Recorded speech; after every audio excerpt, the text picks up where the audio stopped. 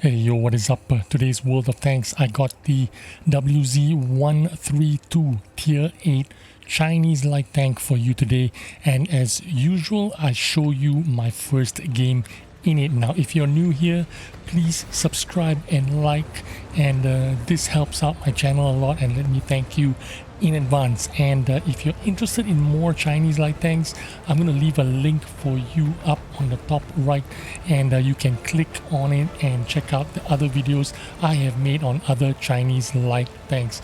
So let's continue with the WZ-132. Once upon a time, this was a very closely ranked tank, together with the T-54 lightweight and the RU-251. Of course, this was before the light tank apocalypse, where all the Tech 3 light tanks were nerfed, and some were up tiered to tier 9, like the T-54 lightweights, the RU-251s, the T-49s, and the 1390. They're all tier 9s now.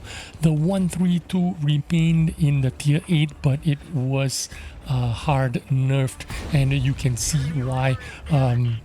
A lot of my shots here, even though in very close range, you see me miss a lot of shots, and that is because this tank has got kind of terrible dispersion for a light tank, for any kind of tank anyway. 0.38 dispersion in this tank, 100 meters, is like you're talking about heavy tank, Soviet heavy tank kind of dispersions.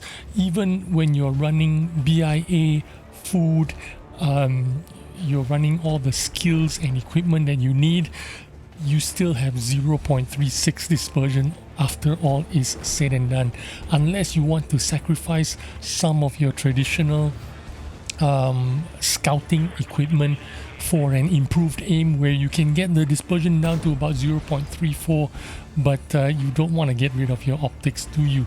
So basically what I have on this tank is vertical stabilizers, optics, and a rammer, which is very standard for a light tank, especially a 132.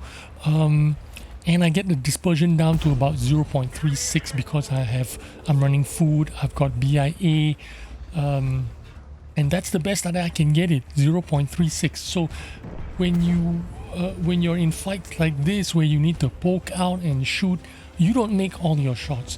You make about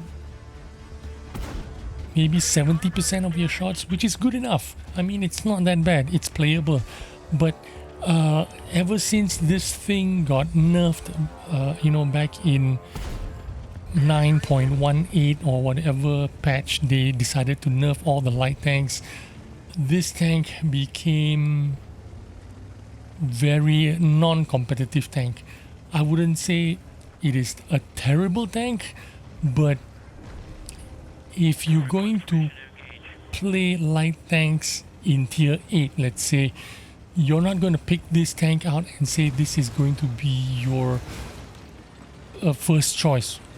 It is not even going to be your top 3 choices, because there's a lot of tanks that's going to be sitting ahead of it that you're going to have a little more fun than the 132. Now again, don't get me wrong, this is not saying the 132 is no longer fun, nor is it completely uncompetitive tank.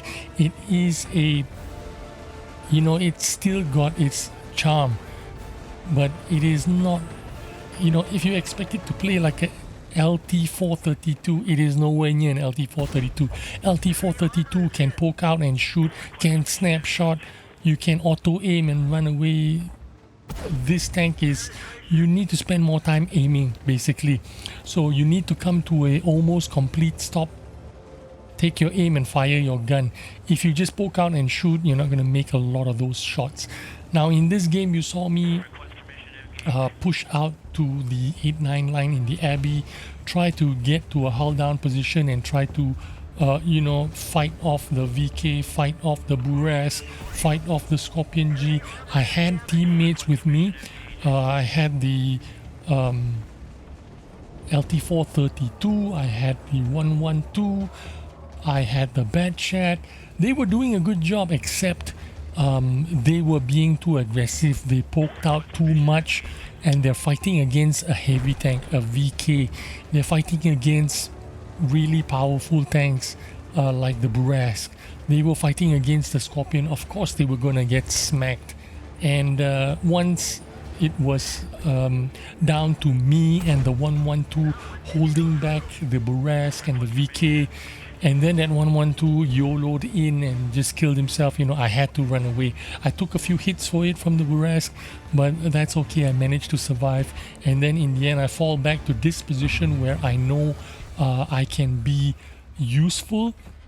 This VK cannot, you know, look at me and look at the FV4202 at the same time. So I'm just going to take advantage of this position. I'm going to hold here while the FV4202 with the full HP YOLOs him down. I'm going to try and help him out here. I've run out of premium shells. I only have standard shells. I tried to shoot the weak point, but it didn't pan. And then when I aim at the turret, he was turning his turret, and I didn't get a flat spot and didn't pan. But finally I get his butt there and I managed to pan one shot. At least I'm helping out at FV4202 a little bit, and that Scorpion G finishes off that VK.